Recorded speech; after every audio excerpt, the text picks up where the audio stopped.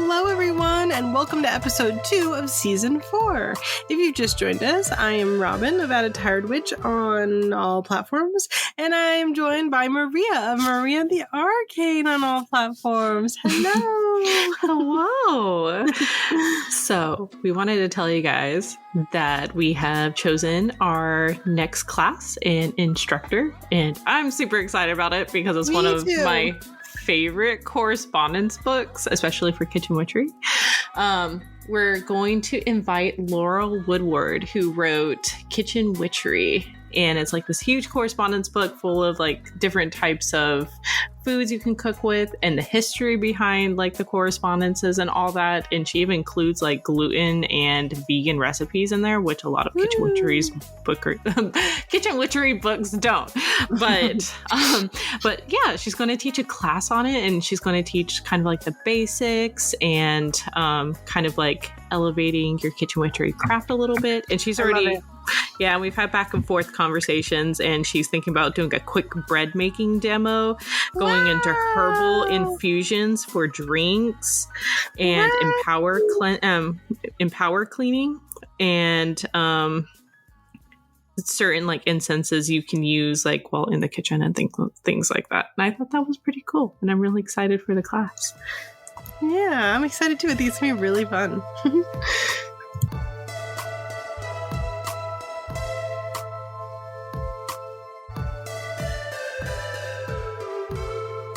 If you just joined us this week, every single week we talk about upcoming lunar phases and how we can utilize them in our practice. And I think that the upcoming full moon in Leo on February 5th is like the perfect full moon for like what else is happening in the world at this time. We have Imbolc on February 1st, I believe. The first or the second? Second. We have it on the second. We've got a full moon in Leo on the 5th, and then we have like Valentine's Day on the 14th. And the full moon in Leo specifically is like, it is, this particular one is one that's filled with self-love, creativity, and expression. And if you are somebody who loves love, even if you don't have a partner, this is a really good time to kind of embrace those feelings and those emotions. The full moon in Leo is just, I mean, in my opinion, like I said, with everything else going on that month and in that time, I think it's perfect. I think that this is a good time to do love magic, especially if it's like self-love, self-acceptance, anything that you're like gonna be opening up the doors to accepting new love, that sort of thing. And then simultaneously, love can also come in non-romantic forms. So maybe this is a good time to do stuff like a love of a project, love of art, love of writing, reading, the things that make us have these kind of personal passions. I think if given the month, given the time frame, it couldn't be more perfect, but that's just my opinion. What is your moon placement again? Don't worry about what my moon placement is. It's Leo. It's first of all, you worry about yourself. Okay. Oh, yeah. But for me, a Leo always makes me think of two cards in tarot, of strength and obviously, then also of the sun. Mm-hmm. So for me, I personally like to do like courage spells, confidence spells that like, especially confidence oils would be a perfect time to make like during the Leo full moon. That will, sustain you for the rest of the year if you make enough of it. And if you don't use too much of it, of course. But, and then also with happiness, what do you want to explore when it comes to your ultimate happiness? Like, is there any new things that you want to try and do? Because, the sun in tarot, it features like a baby. So you're just kind of like learning and exploring and enjoying it. So, what do you want to explore that might make you super happy in the future? Like, what can you do to set the groundwork to make that happen this full moon and lend power towards? Yeah.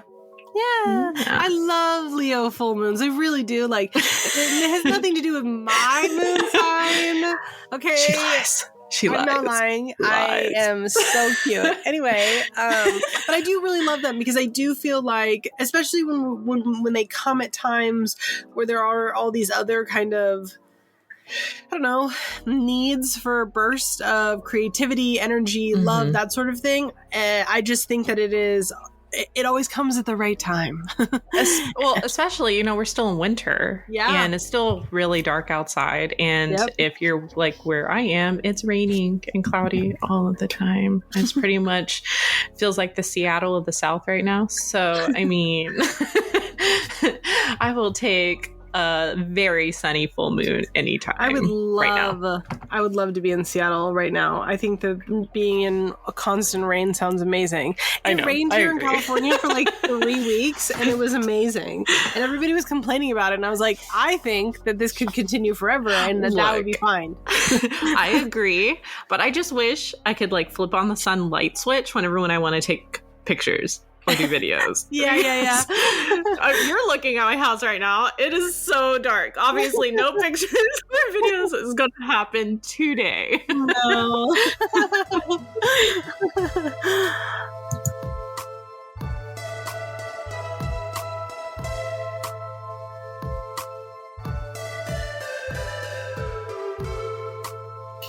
So, if you just joined us for this episode or haven't listened to the other episodes so far this season, in lieu of choosing a card and discussing it like we were doing, instead we're going to have a conversation about the different whole sections in tarot. The Major Arcana, which we went over last episode, Minor Arcana, and then we'll move on to the aces, ones, and so on, and also the different court cards.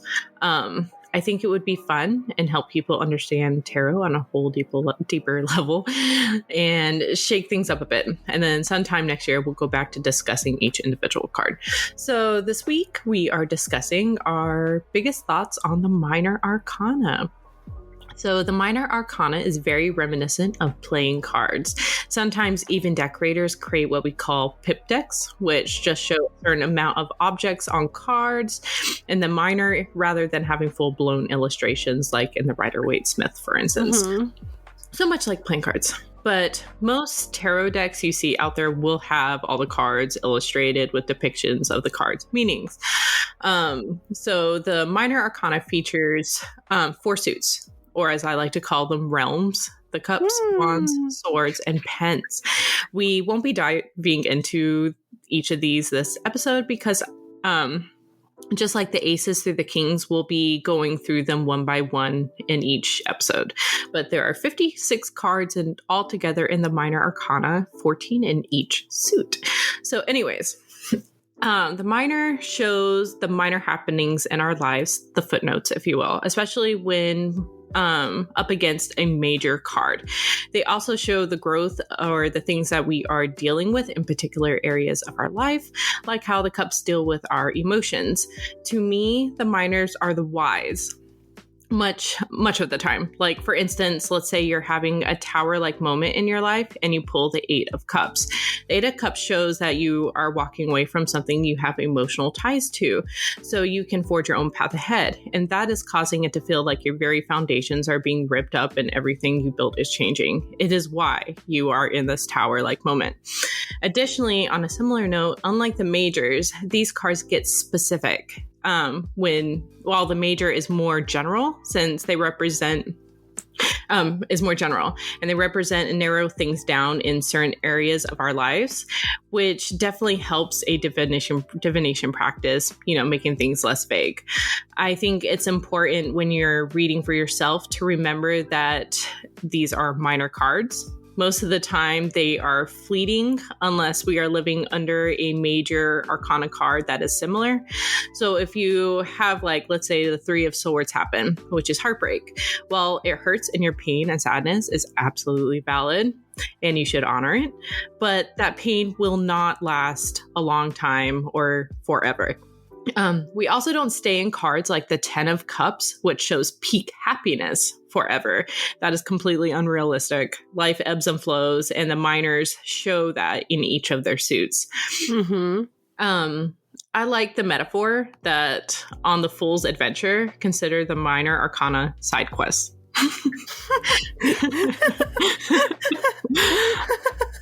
That's really funny, actually, and I don't disagree. Oh my goodness! What are your thoughts on the minors? Well, the minors, to me, I talked about this a little bit in my book, but even though my book didn't cover minors, I still talked about it a bit, and I've talked about it a lot on the Patreon, which is that the minors are when numerology, in my opinion, really comes into play. Mm-hmm. While in the majors, numerology is still incredibly important, and it's still something that needs to be touched upon, like 0 with the Fool, 0 is a fresh start. It's nothing. It is potential, right? Mm-hmm. Even though that is like a touch, an homage, if you will, on its numerological correspondence, when we look at the minor arcana, numerology is everything. You take it is not this way in all cases, but you take the suit, you take the number, you've got your card interpretation. I completely agree. It's like that 90% of the time. There are cards that there are exceptions to that. Because it's not perfect. But it is, in my opinion, when numerology becomes like super, super important. And kind of like you said, with it being like a side quest, it is more specific. It isn't this ongoing journey. It is like, this is this specific energy, this specific event, whatever applies to you right now in this scenario, not in your bigger picture. Mm-hmm. Yeah. So I think that the minor arcana is majorly underrated. I know that maybe sounds stupid. But you see so many decks that just include the majors, and I'm sorry, but real life does not only revolve in a series of major life events. Like, sometimes our days are going to be simple, and and have nothing to do with our life's journey. You know what I mean? Yeah, side quest. Yeah. Some days your side quest is making a room temperature matcha latte, like, and then getting upset that you made it too cold and just dealing with it. Like that's not an overarching theme of my life. That's just a mistake I made this morning. Yeah, like the majors are definitely more archetype. I mean, you obviously the minor can also be archetypes all of their own, but yes, the tarot, like if you're going to have like an only major deck, I feel like you should be pulling just for the archetype meanings, being like, oh, I represent this, right now in my life. Absolutely. I mean, obviously, I don't think that having or using only the majors is, quote, wrong, but I also don't think it's going to give you a well-rounded aspect of life. No, because you're going to miss all the details. That's what the minor arcana is. Exactly. It's the details. It's the details. Yeah. Think of those like paintings, those dot paintings, like when you're you're really up close, it just looks like dots, but you pull away and you see the major. There we go.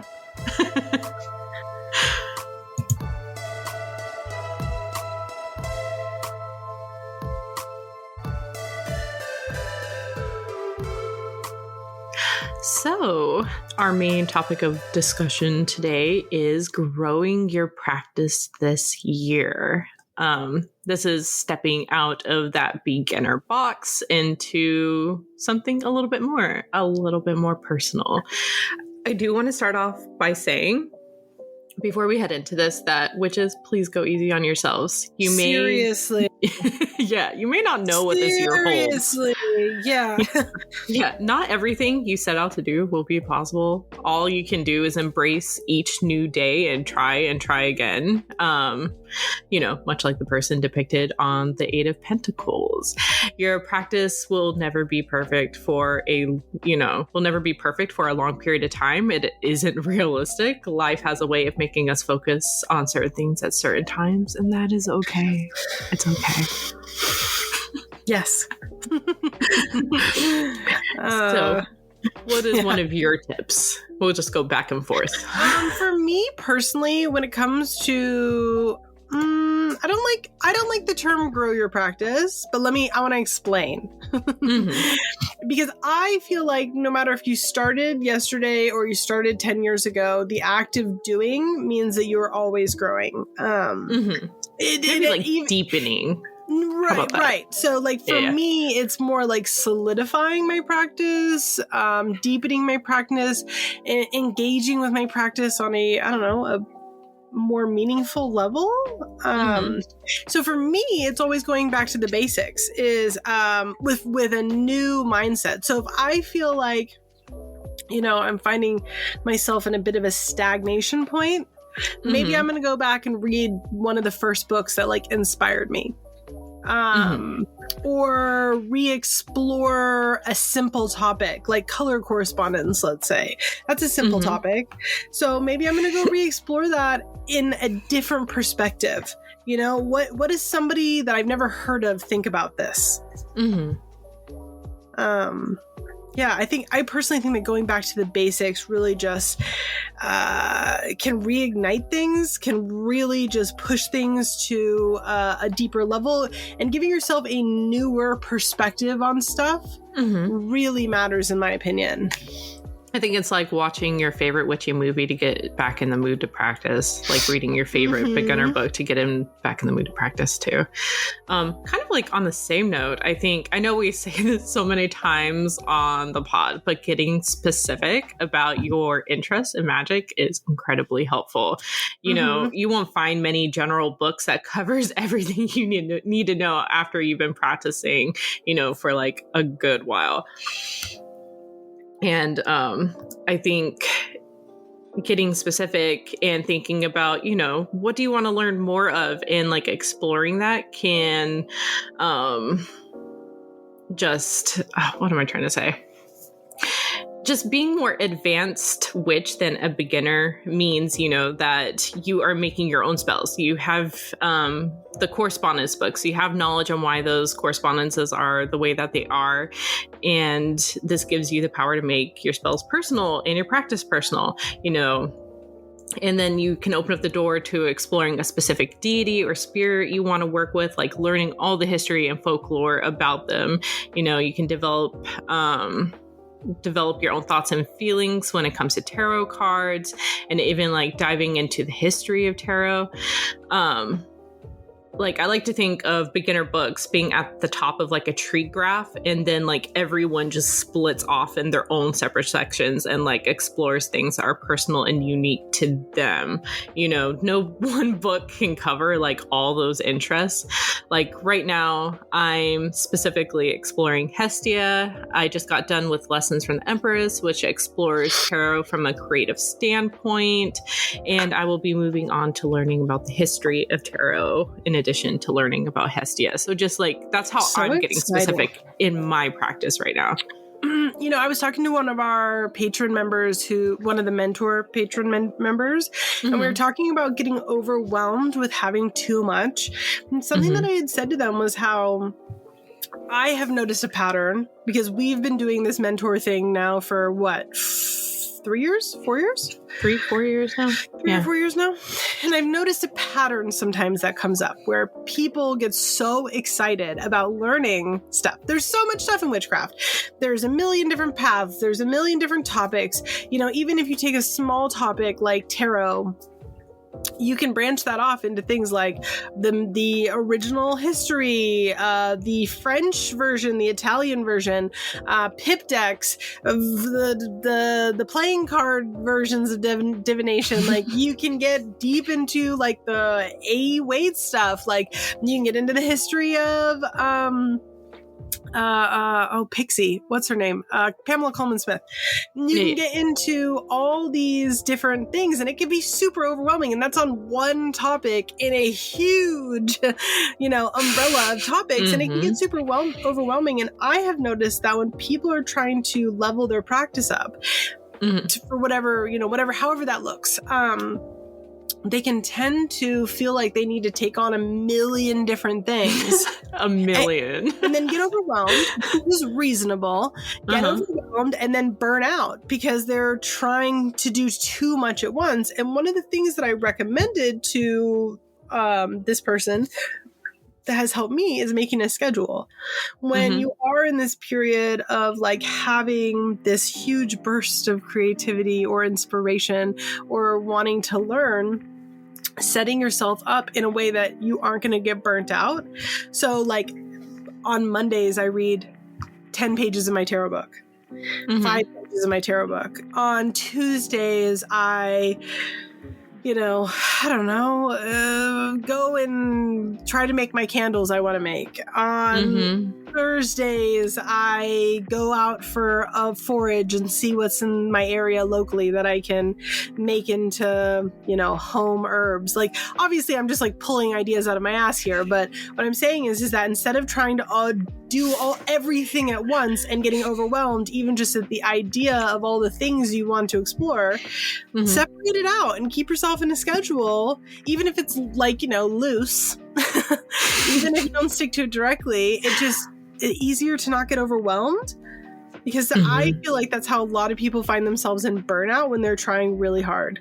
Yeah, I completely agree with everything you said. And then I think people need to remember this is a lifelong practice. You have all of your life to learn. That's what's so great and amazing. Like, there's so many things to learn and explore. Stick with, I recommend, if you're going to be reading like magical books, like if you can handle many books at once, that's cool. That's fine. Like, yeah, I mean, and some people can, like, and I think those people are superhumans. Yeah. Be honest about your limitations, because I can only do 2 at a time and they're separated by days. Like, just be smart about it. Don't overdo it. Yeah. Keep it loose. Make a list. I love a good list. Oh, we love a good list. We don't have tons of Capricorn placements in our charts. Not at all. I have so many. So do I. Here's a fun Robin fact that Maria makes fun of me about on an occasion. I need to have things written down. If I don't have things written down, it does not happen. I'm a list maker. I'm a spreadsheet maker. I am a keeping a calendar and like sticking to it person. Same. If it doesn't get written down, it does not get done. We literally just had like a conversation where our calendars did not match. Yeah, our calendars literally didn't match up at all. Yeah, and it was like a full-blown meltdown here at the Coffee and Cauldrons headquarters. It was a full-blown fucking meltdown where we both were like, wait, what? Yeah. So like getting more onto like reading and learning, I think we can agree most of us have problems with dropping our phones and mindlessly scrolling, for a long time. And while I do think that's like perfectly fine, sometimes we just want to turn off our brains for a bit. But if you start dropping your phone habit and try picking up magic books that draw your interest instead, I mean, you can also turn on like a witchy, reliable YouTuber, or even just like listening to a witchy podcast, plant podcast, folklore podcast, instead of like, doing Tumblr stuff, which, she's talking about herself, age guys. You at all. No,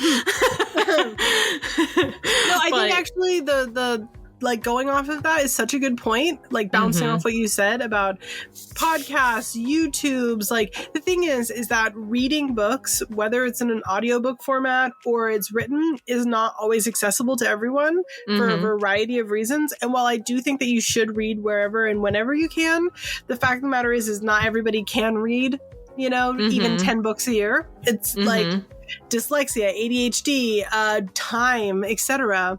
And it might be easier for you to consume more shorter format content. So like YouTube's great. Podcasts are great, but also look at things like classes. Treadwell Books does online classes that you can take. Catland Books does online classes you can take. They're usually more or less affordable, and I know in some cases, not all of them, they also do scholarships if you reach out to them, where you're still going to have to pay something, but it's definitely going to be more on a sliding scale. And then you are dedicating 1 hour to listen to somebody who is an expert in that, topic of discussion, especially if you go through Treadwell books, they really vet their instructors, in my opinion. And I would recommend that. You're dedicating an hour to 3 at tops, let's say, but you can plan ahead for it. You can take notes. You can ask questions directly, which you can't do when you're reading a book. And I don't know, just deep dive in that way. Yeah, there's so many ways to learn magic nowadays, and like so many sources that will help you explore specific interests. I think that finding what works best for you and finding a method that you actually enjoy, you will absorb more information. For me personally, like when I'm reading, I like to create like a whole relaxing atmosphere when I read. Like I light some candles, burn some incense, turn on some ambient music, and get out my book and take some notes. And also, like, since I work from home, and also I am at home 6 to 7 days out of the week.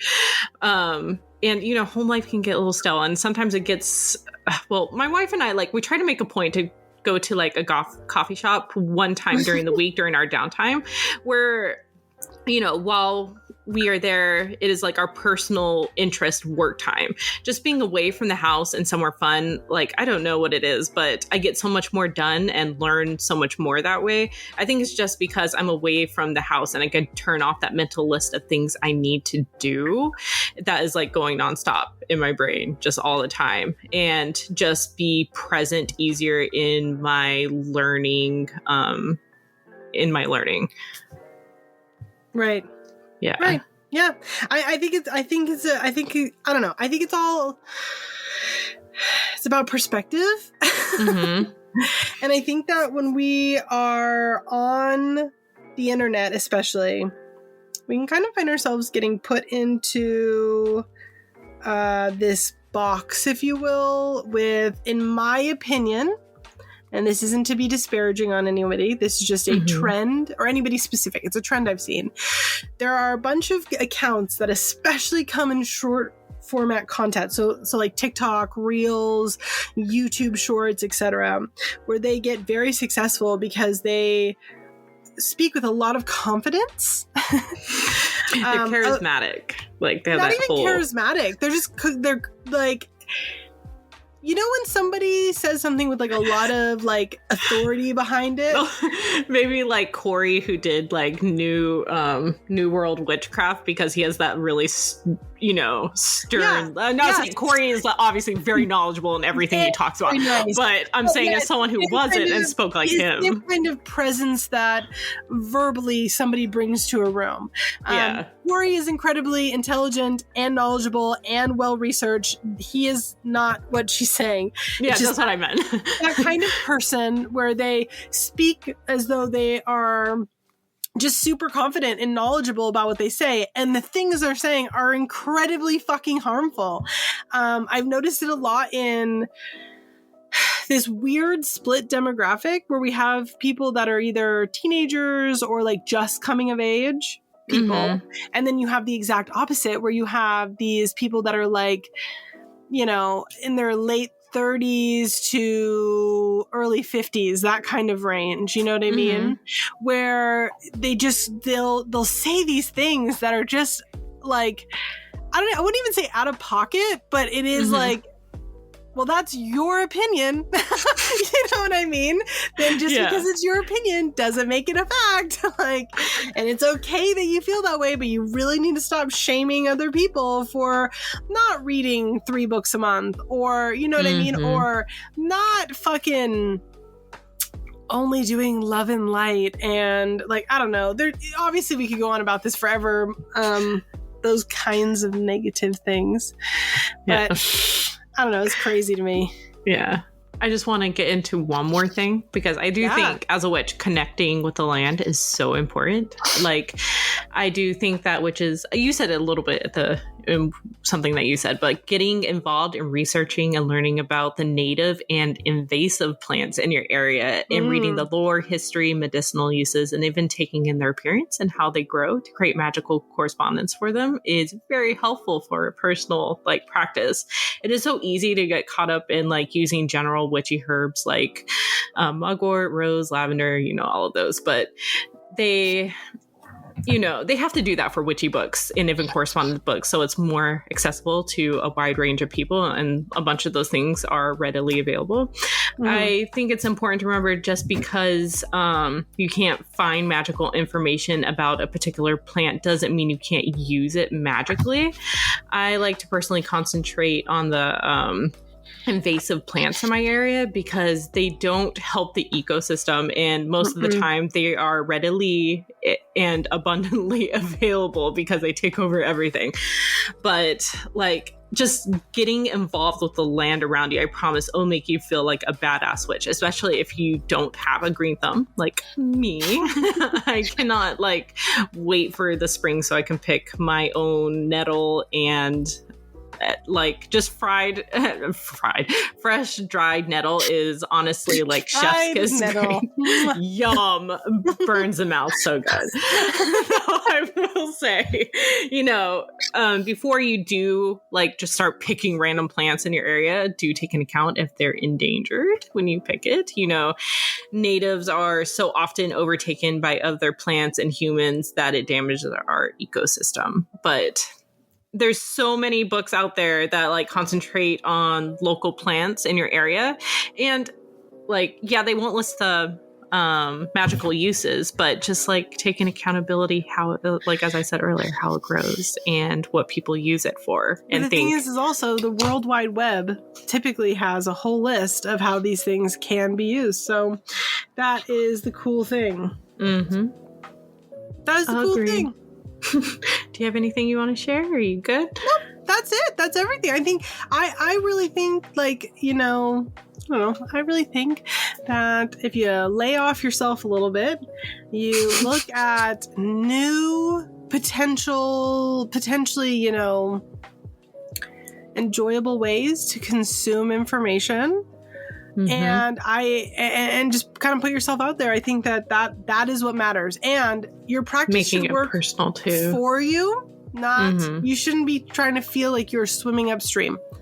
And so, not at all.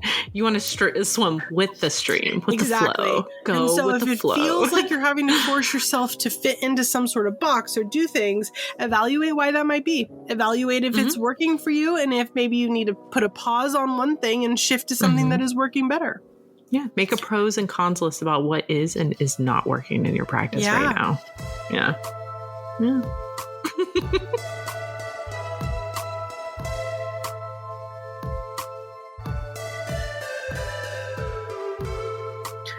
So, Maria, what's stirring your cauldron this week? Oh, let me tell you.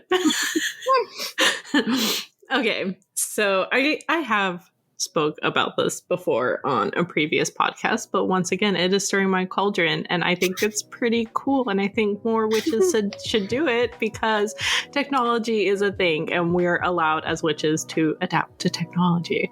I've been focusing once again more on digital journaling, note-taking, and working on my digital book of shadows. I love the freedom, the creativity of it, because I love being creative, like in every, like with the things that I do, especially in relation to my practice. It just helps me. I don't know. I love creating something beautiful and being like, oh, well, that's pretty. And it makes me feel good about myself and with whatever I'm doing. But, and I feel like doing things digitally gives me the freedom to do so, because I am not an illustrator. I cannot draw anything. Like, I can draw some badass stick figures. Like, I can do that, but I cannot afford to go out and buy like a ton of stickers and stuff and decorate my journals in that way.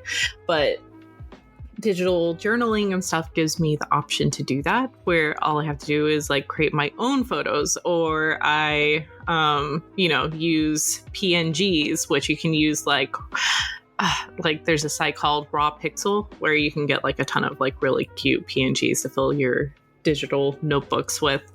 And the program that I use for all this, it's called, I think it's Xena, and it is a little bit pricey, but you can get things like GoodNotes and stuff like that. But Xena, I like Xena just because of the layout of it all, and I feel like I have more free decoration things available that I can easily just decorate my stuff with.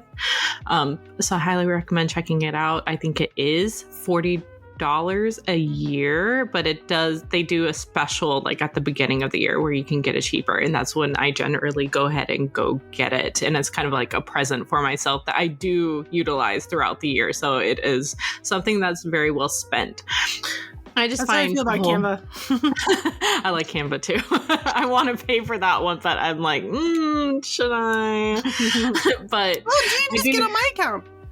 Oh, okay. I can make you use on my account. Okay. I didn't know that you didn't have it. You should tell me. Yeah. Okay. Awesome. Anyways, but I do find also taking notes for like when I'm reading books is a lot easier, and I can, using like an app like Xena, I can create like little books, and I just like take a picture of the front cover and use that as the cover for my notes for that particular book. And it's just so easy to click through, be like, oh, there's my notes about that one thing, and it's just easy to navigate and find. I just really enjoy it.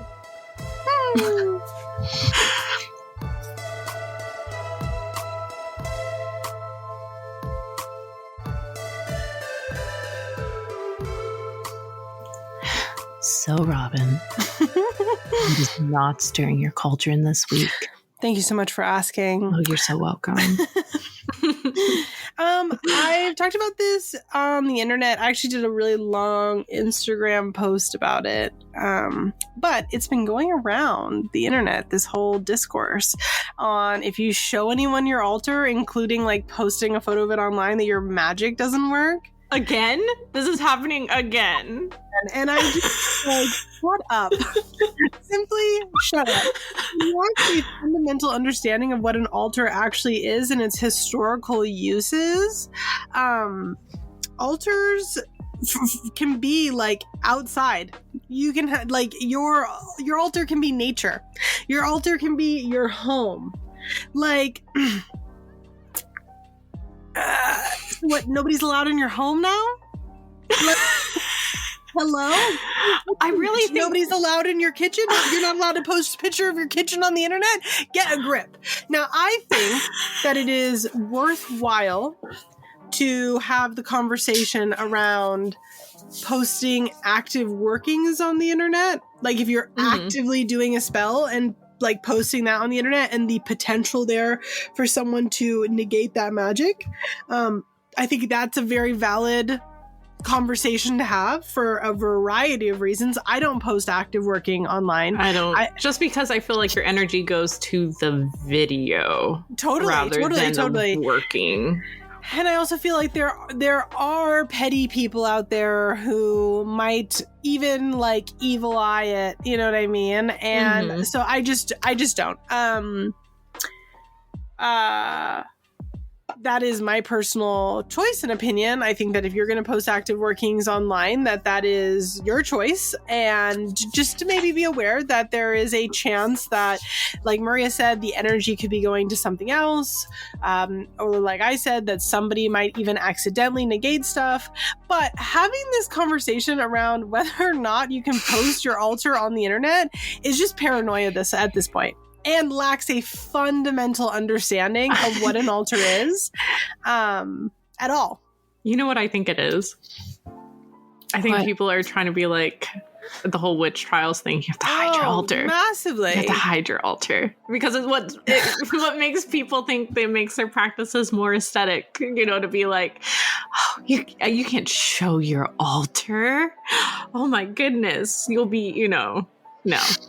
I think that just goes back to the paranoia of the witch trials and things like that. And but you know, we don't have to do that anymore. So it's really just for play and for show. But I do want to say, like, if you don't want to show your altar online, you don't have to. Yeah, you don't have to.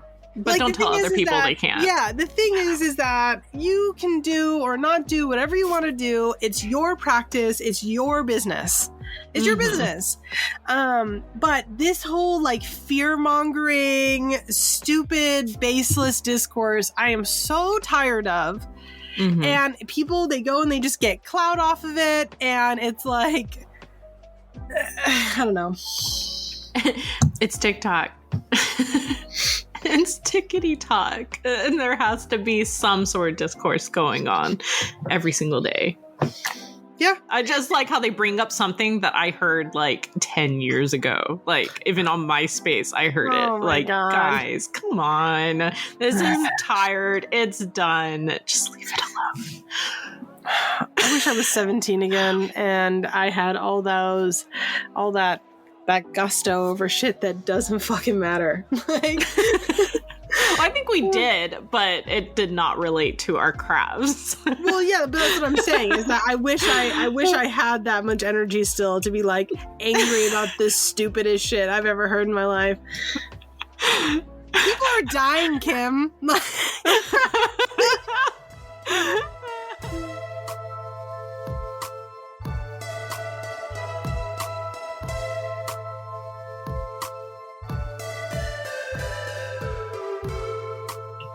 If you just joined us this week, every single week we talk about creators that we are loving right now. This can be artists, this could be bloggers, podcasts, books, anything. Anybody that makes something that we think is pretty cool.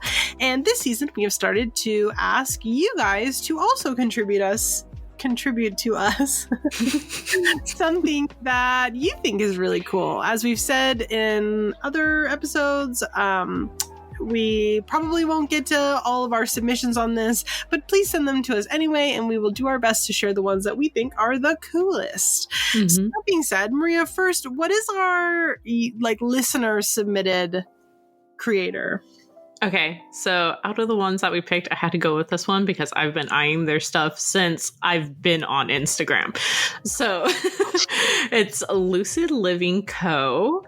And like they make bath soaks and bath bombs and all that, but I am here for the bath soaks. They just look so lush and so beautiful. And like I just need someone to buy me one so I just dunk the whole thing into a bath and like not exist for like 5 hours because I live in the bath now. So they're just so pretty, and they have like tarot they have tarot card ones. They have like a Valentine's Day one for like the lovers, and they have like Persephone and yeah, it looks really good. This is the first time I've ever heard of them. But this looks really, really good. I am fully in agreement with you. I like the little coffin things. Yeah, I like the coffin things too. Like the rose petals on the top and stuff. That's really nice. It's like a little bath boat. Robin's all like, sign me up. Who's the creator that you are loving this week? Okay, mine's not really so much a creator, but like it's okay. So it's on Spotify as a podcast, but technically it should be an album. Okay. Well, yeah. But I think the reason why they have it as a podcast is because it's like 8 hours long, and you can't do that with a song, I think. But anyways, it's Coffee Shop Vibes, and they do ambient sounds and music. Like, okay. When like you're in a coffee shop during like a snowstorm with the fire going, like, and it's like all the sounds. It's so cozy and like so nice. I turn it on whenever, like when I'm studying, like doing my witchy studying, or like even just reading, and it just, I don't know, it's super cozy and it helps me not get distracted. And it's so meta, but like I turn it on when I'm at the coffee shop in my earbuds and listen to it while I'm at the coffee shop. That's really funny. Because, well, I don't want to listen to like, you know, John Mayer on repeat and like that. Why like, don't you want to listen to John Mayer? No, I like John Mayer. I like some of his songs. We have a John Mayer hater in the house. This is crazy. Words help like words during songs I can't study to or anything like that. Yeah, no, that's reasonable. I listen to Pink Noise. And I don't know. I just think like the ambient music and sound like itches my ADD brain. Like it's just really good. I highly recommend it if you need like some good studying tunes to listen to. But anyways, I love the creator that you picked, and now I am obsessed. Yeah, they're called Motherhestia. Yeah, Motherhestia. They make candles, but they're like a homesteader, I guess. And they sell stuff like flower tinctures and stuff like that. But I'm like just obsessed with their in bulk candles that they made. They like hand dipped tapered candles, and it looks like it maybe has like corn flour in them. Yeah, no, it says that it has corn flour in them. I did not see them for sale on their website, but I am obsessed. Like, it's so beautiful. All this stuff is so beautiful. This whole entire account is like, you know, when somebody says that they want to like run off to a cottage in the woods and make witchcraft, that's what this person is doing. They're actually living that life, and it looks like so all the cool. People I follow on TikTok. I don't follow any witchy accounts. I just follow like people living like cool lives, showing that parts of their lives, because I'm sure it's not all that like gorgeous, but it's still nice to look at, and I enjoy very much. But yeah.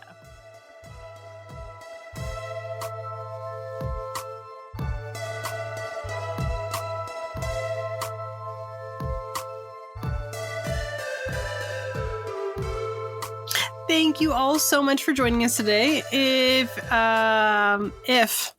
If is a sentence, we hope that we will see you again on Friday, February 3rd for our Coffee Talk episode, or on February 10th for our third episode of season 2. You can keep an eye out on our Instagrams and or our Twitter. You can follow us at Coffee and Cauldrons for both, or you can go to coffeeandcauldrons.com for more information, as well as links to all of our social media.